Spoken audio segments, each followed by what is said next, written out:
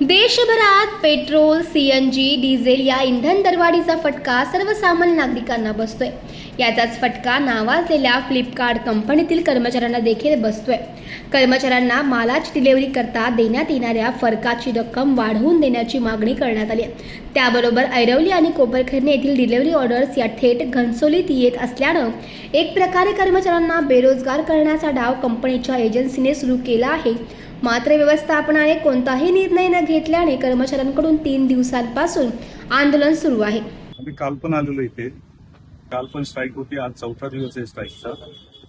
इथले जे कर्मचारी आहेत ते इथल्या लोकांना स्ट्राईक तोडण्यासाठी गोलगोल फिरवतात. काल संध्याकाळी यांच्या इथल्याच एक शुभम म्हणून त्यांनी कॉल केला आणि त्याने सांगितलं की 25 रुपये आम्ही तुम्हाला देतो आणि सकाळच्या वेळेला पीक अवस्था देतो आणि दुपारच्या वेळेला 24 रुपये 50 पैसे असतील. असं करून तुम्ही जर ऍग्री असाल तर आम्ही ते पुढे करून विचारून तुम्हाला कन्फर्म करून देतो. पण नंतर परत त्यांनी मुलं संध्याकाळी 6 वाजता आली. त्यांनी त्याचं सांगितलं की आम्ही तयार आहे म्हणून. तयार झाल्यानंतर ते सांगतात की नाही, आता कंपनी ऍग्री करत नाही. कंपनी बोलते जे तुमचे पूर्वीचेच 21 रुपये 12 पैसे आहेत त्याच याने आम्ही हे करू. तर ही कंपनी जी आहे तिचे ब्रांचेस इथे 4-5 आहेत. ऐरोली, नंतर घनसोली आहे, बोनकोडे, वाशी. पण सर्व बाकीच्या ठिकाणी तो रेट 25च आहे. पण इथल्या ह्या धोरणात इथले जे वर्ग आहे आणि कंपनीचे लोक आहेत ते आडमुठपणाने तो रेट यांना कमी कमी करत चाललेले आहेत. पूर्वी सुरुवातीला हा स्टोर सगळ्यात पहिला चालू झाला त्यावेळेला इथे रेट 25 रुपये होता आणि तोच 25 रुपये रेट यांनी थोडा थोडा पैशांनी कमी करून, जसं आता आपण देशात बघतो की पेट्रोलचे भाव पण गव्हर्नमेंटनी पैशांनी वाढवून ते 8 रुपयाचे 15 दिवसामध्ये वाढलेले. तसंच यांचा बेस जो रेट होता तो 25 वरून त्यांनी कमी कमी पैशांनी करून तो 21 रुपये 12 पैसे केलेला आणि ते 21 रुपये 12 पैशासाठी काल पण डिस्कशन झालं. त्याच्यामध्ये त्यांनी 24 रुपये 50 पैशापर्यंत आलेले आणि तेवढे आम्ही देतो. आता ते परत बोलतात की नाही, आम्ही ते पण नाही देणार आहे, आम्ही 21 रुपये 12 पैसे देणार. म्हणजे इथली मॅनेजमेंट आहे की ते पॉलिटिक्स करते, राजकारण करून इथल्या मुलांना दाबायचा प्रयत्न करतात. काल इथे आम्ही डिस्कशनला आलो त्यावेळेला यांनी सांगितलं आमचे सिनियर येतात, ते सिनियर लिगल हेडचे आहेत. ते सिनियर हेड आले तर ते इथे आले आणि आज ते नाही आहेत. दुसरे 7-8 जण इथे आलेले आहेत आणि ते लोक कमिटमेंट करतात. म्हणजे प्रत्येक दिवशी वेगवेगळा माणूस येऊन कमिटमेंट करतो आणि ती कमिटमेंट फेलच असते. रायटिंगमध्ये काही देत नाही, व्हर्बली बोलतात आणि पुढे त्यांचं असं दिसतंय की त्यांना हे स्टोर चालवायचंच नाहीये. कामगारांवर काहीतरी, मुलांवर, यांच्यावर त्रास देऊन बंद करायचं अशा पोझिशनला. आता त्यांनी काय केलं की इथल्या स्टोरचे ऑर्डर आहेत ते बोनकोडे आणि ऐरोलीला सांगून तिकडे कन्वर्ट करतात.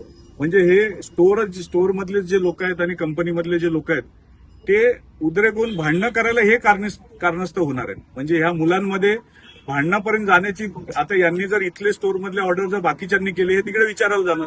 विचारायला गेल्यानंतर यांच्यात आणि त्यांच्यात वाद निर्माण होणार. म्हणजे हे वाद तयार करतात. म्हणजे अशी आपल्या महाराष्ट्रातली कंपनी नसून बँगलोरची कंपनी असून इथे राजकारण करून इथल्या लोकल लोकांमध्ये भांडणं लावायचं काम करते. पण सर, या ठिकाणी हे जे शॉप आहे हे रेंटवरचं शॉप आहे. हा, तुमचं स्वतःचं नाही, स्वतःच याचं अग्रीमेंट किती वर्षापर्यंत याची चाचपणी तुम्ही केलेत का? जर अग्रीमेंट संपतच आला असेल तर कदाचित हा खेळ सुद्धा करू शकतात असं तुम्हाला वाटत नाही का? नाही, तसं जर त्यांनी केलं ना तर आम्ही हे बाकीचे स्टोर आहेत ते पण आम्ही चालून देणार नाही. कारण तुम्ही इथल्या लोकांवर अन्याय करताय. तुमच्या इथे तुमची कंपनी, काल पण मी सांगितलं, बँगलोरची लोक इथे बसून इथे तणाव निर्माण करतायत. तो तणाव निर्माण करायची गरज काय? जर तुम्ही 3 स्टोअरला 25 रुपये बेस देताय, बेसिक रेट, तर तो इथे बेस पे करायला द्यायला तुम्हाला अडचण काय? म्हणजे तुम्ही स्वतःच तणाव निर्माण करताय. पण आता इथे कुठलं राजकारण येते का? कुठले याच्यामध्ये कुठल्या राजकीय पक्षाचे कोणी पदाधिकारी? नाही, राजकीयच नाही. तर काल आपले इथे आलेले ते रिटायर्ड एसपी होते आणि ते सांगतात की आम्ही यांच्याकडे बॉडीवर आहे. आता आज तर ते इथे नाहीत, लिगल हेड म्हणून आहे. तर ते येऊन इथे सांगत होते, ते तिथे प्रेशराईज करत होते की तुम्हाला, इव्हन 4था स्तंभ मीडियाला पण सांगितलं की आतमध्ये येऊ नका. म्हणजे जर तुमच्या बरोबर असे वागत असतील तर ह्या मुलांबरोबर ते किती प्रेशर करून काम करून घेत असतील. तुमची पुढची भूमिका काय असते? आम्ही आता याच्यावर कामगार मंत्र्याकडे आजच चाललेलो आहे आणि कामगार मंत्र्यांकडे याची तक्रार देणार आहे आणि त्याच्यावर त्यांना कारवाई करायला सांगणार आहे की दुसऱ्या स्टेटमधले येऊन इथे येऊन जर अन्याय करत असतील तर ते सरकारचं पण काम आहे की ते अन्याय झाला नाही पाहिजे या मुलांवर. त्याच्यासाठी आम्ही मंत्रालयामध्ये कामगार मंत्र्यांची भेट घेतोय. नाही, पेट्रोलचे दर 8 रुपयांनी वाढले 15 दिवसामध्ये पैशांनी. पण ह्यांनी हे तर त्याची मागणी करतच नाही की आम्हाला एक्स्ट्रा पे द्या. हे सांगतात की जो बेस रेट आहे सगळीकडे देतात तो द्या, तेच मान्य करत नाही. तर हे पेट्रोलचे 8 रुपये वाढलेले आणि त्याच्यासाठी मागणी तर नंतरची राहिली. म्हणजे जो त्यांचा मुद्दा आहे तो सुरुवातीपासून तो एकच मुद्दा आहे की आम्हाला आजूबाजूला जे देत आहे, म्हणजे आपण जसं सिंपल याच्यात बोलायला गेलं तर एका घरात 2 मुलं असतील तर आई वडील पण दोघांना सारखंच नाही देत. देतात ना काही गोष्टी आणल्या तर. ते त्यांच्यात भेदभाव करत नाही, पण ही कंपनी यांच्यात भेदभाव करते बेस रेट देताना. साधारणतः किती तरुणांना याचा फटका बसणार आहे? त्याच्यामध्ये यांच्याकडे जवळजवळ 80 ते 85 मुलं आहेत आता तरी इथे, की त्या लोकांना हा फटका बसणार आहे याचा. मी सीमांचल पांडा. आम्ही स्ट्राईक केले कारण आमचा बेस पे जो आहे तो कमी केलाय, आमचा इन्सेंटिव्ह पण कमीच आहे.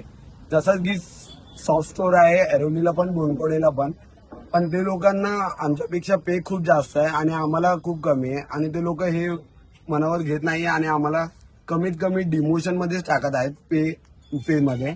आमचं स्टार्टिंगला होतं 25 रुपीज बेस पे आणि आता केलंय 21 रुपीज.12 पैसे.